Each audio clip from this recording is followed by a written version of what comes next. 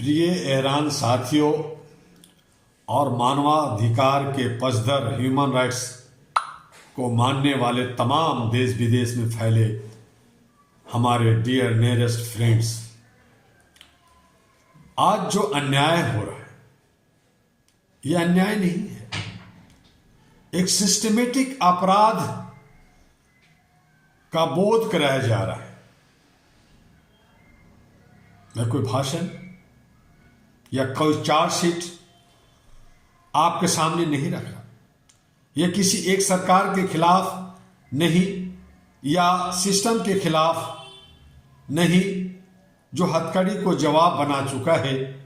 मैं कहना चाहता हूं, आज मानवाधिकार की सार्वभौमिक घोषणा अनुच्छेद 9 जो यूनिवर्सल डिक्लेरेशन UDHR के आर्टिकल 9 कहता है, किसी भी व्यक्ति को मनमाने ढंग से गिरफ्तार, नजरबंद या देश निकाला नहीं दिया जाएगा।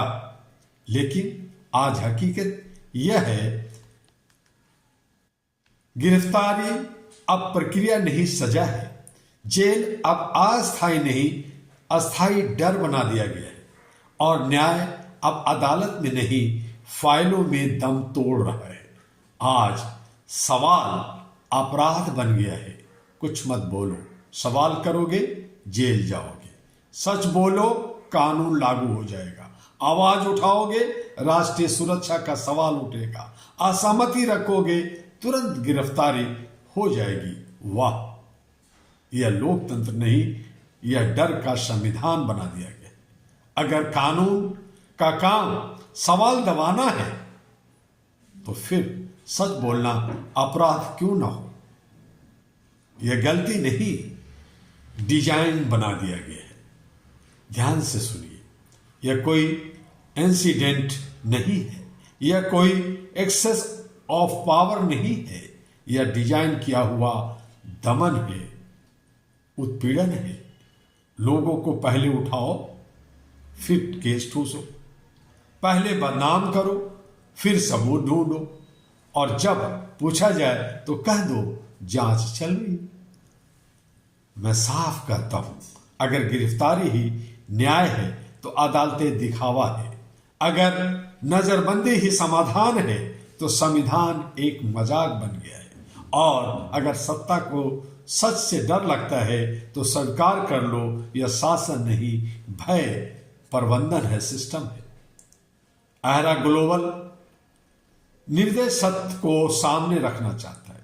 मैं डॉक्टर दुआ, चेयरमैन आहरा ग्लोबल, बिना शब्द घुमाए कहना चाहता हूं, मनमानी गिरफ्तारी राज की अक्षमता नहीं, राज का नैतिक पतन। आहरा ग्लोबल का रुख अडिग है।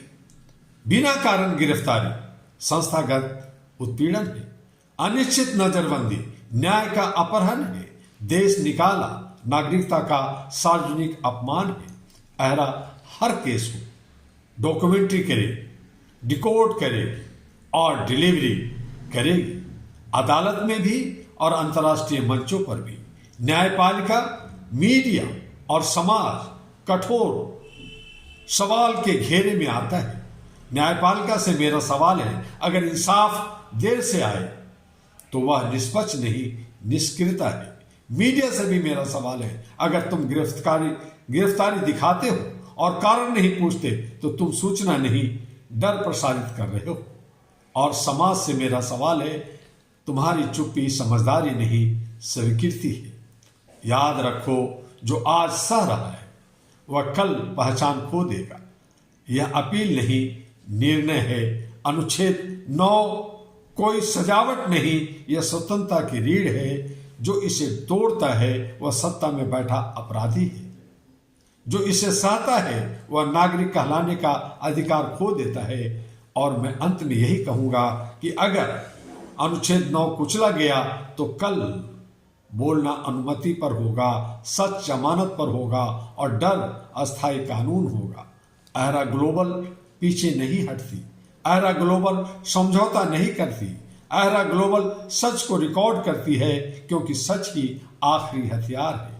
याद रखिए, जहां मनमानी, गिरफ्तारी समान हो जाती है, वहाँ गुलामी पहले ही शुरू हो चुकी होती है। इसीलिए डॉक्टर दुआ ने आप सबको पिछले 40 वर्षों से यही कहते आया कि मानवीय मूल्यों को पहचानिए, अपना धर्म जो आपका हकीकत असली धर्म है, मानवता का, इंसानियत, ह्यूमैनिटी का, उसके साथ आइए। ये जो नफरत की बाजार, ये जो एक दूसरे को लड़ाने का, एक दूसरे को दबाने का ये जो नीति चलाते हैं, ये ठीक नहीं है।